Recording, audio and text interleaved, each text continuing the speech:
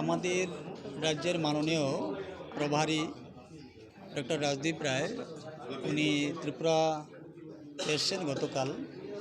তো ওনার এই সফরকে কেন্দ্র করে উনি বিভিন্ন ধরনের কর্মসূচিতে অংশগ্রহণ করছেন, কারণ ইতিমধ্যেই আমাদের দু তিনটি কার্যক্রম চলছে ন্যাশনাল লেভেল।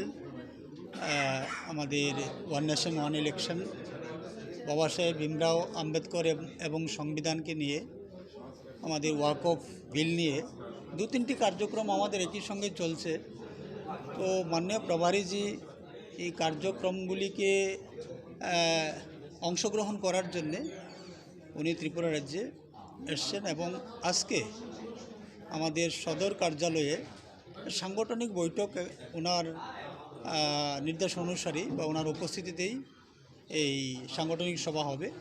তো মূলত